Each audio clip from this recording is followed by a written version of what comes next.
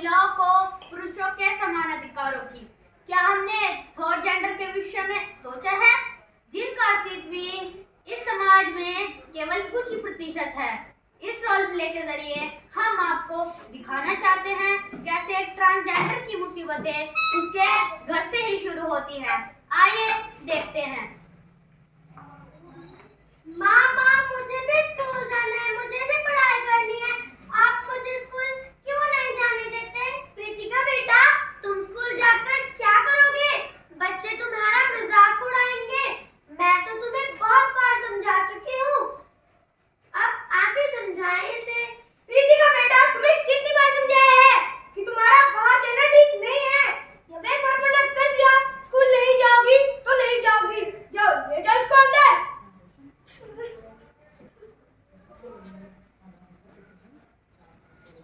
आखिर ये आईना सब कुछ दिखाता है, पर जो कुछ मैं देखना चाहती हूँ वो क्यों नहीं दिखाता? आखिर कौन हूँ मैं, लड़का या लड़की? आखिर मेरी बच्ची का क्या दोष है? उसे भी तो और बच्चों की तरह शिक्षा का अधिकार मिलना चाहिए। आखिर ये कब तक गुड़ कर जीती रहेगी? मुझे लगता है कि मुझे अपनी बच्ची का दाखिला स्कूल में करवा देना चाहिए।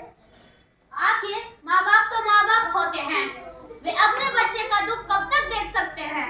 अपने बच्चे की इच्छा के सामने उन्होंने भी अपने घुटने टेक दिए।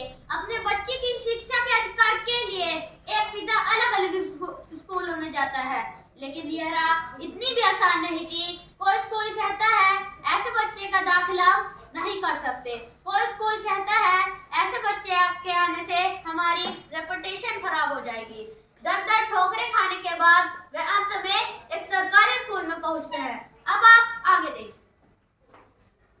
नमस्ते सर। नमस्ते। मुझे अपनी बच्ची का दाखिला इस सरकारी स्कूल में करवाना है। जी बिल्कुल। उससे पहले आप ये फॉर्म भर दीजिए, फिर बच्चे का नाम, पिता का नाम और जेंडर। ये लीजिए सर, मुबारक हो, आपके बच्चे का दाखिला इस सरकारी स्कूल में हो चुका है। आप इसे कल से स्कूल भेज सकते हैं। और हाँ, आपको चिंता करने की बिल्कुल भी जरूरत नहीं है।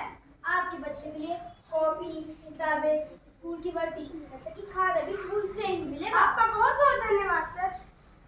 दोस्तों, प्रीतिका का दाखिला स्कूल में तो हो गया था, लेकिन उसकी मुश्किलें बढ़ती जा रही थी। अब आप आगे देखिए।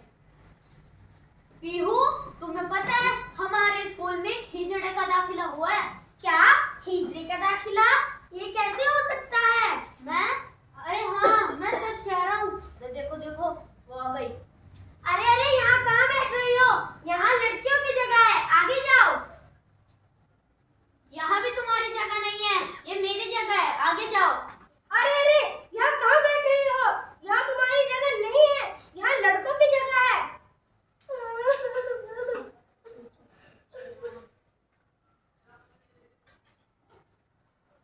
रुको बच्चों, ऐसे किसी को मजाक नहीं उड़ाते। शिक्षा का अधिकार सबको है, चाहे वो लड़का हो, चाहे लड़की, चाहे ये ट्रांसजेंडर। बेटा आप वहाँ बैठ जाओ, देखता हूँ आपको कौन उठाता है। बच्चों, आज हम कुछ नया करेंगे। चलो बताओ, तुम बड़े होकर क्या बनना चाहते हो? सब अपनी अपनी कॉपी में लिख दो।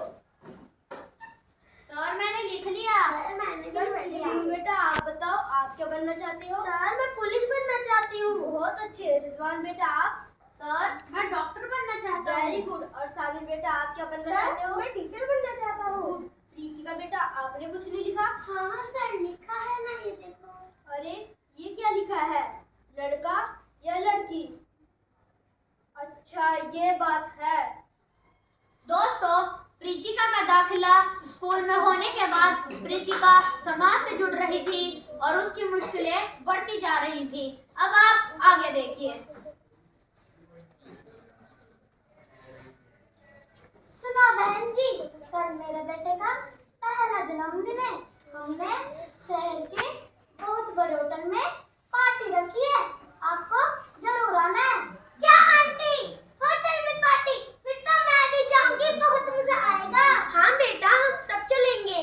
बहन जी बुरा मत मानना, मेरे बेटे का कल पहला जन्मदिन है।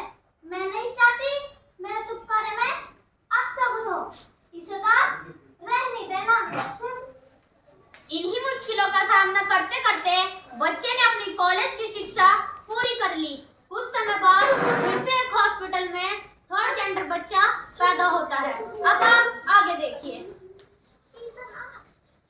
हाय हाय, ये तो हमारी बिरादरी का बच्चा है। हम तो इसे लेने आए हैं, लेकर ही जाएंगे। नहीं, ये मेरा बच्चा, मैं नहीं दूंगी। अरे कबूई, इस मानुस बच्चे का तू करेगी भी क्या? ना तो समाज हमें जीने देगा और ना ही इस बच्चे को। ला दे दे मुझे, ला दे। मैं नहीं दूंगी। अरे रुकिए, ये क्या कर रहे हो आप? मां नहीं चाहती तो आप जबरदस्ती क्या कर रहे हो? अरे अब तू कौन है और हमारे काम में टांग क्यों उड़ाती है? मैं कौन हूँ? मैं हूँ Preetika Yashini, India's first transgender police officer. हैं? Police officer?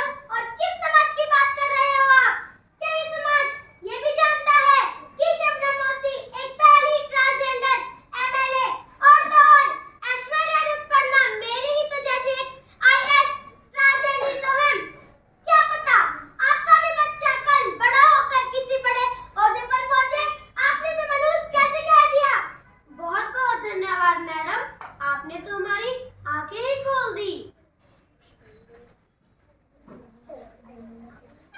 इस नाटक के जरिए हमने जो कहानी दर्शाने की कोशिश करी है वो प्रीतिका याशिनी के ऊपर है, जो कि एक सोशल रिफॉर्मर है। प्रीतिका याशिनी की जंग अभी जारी है।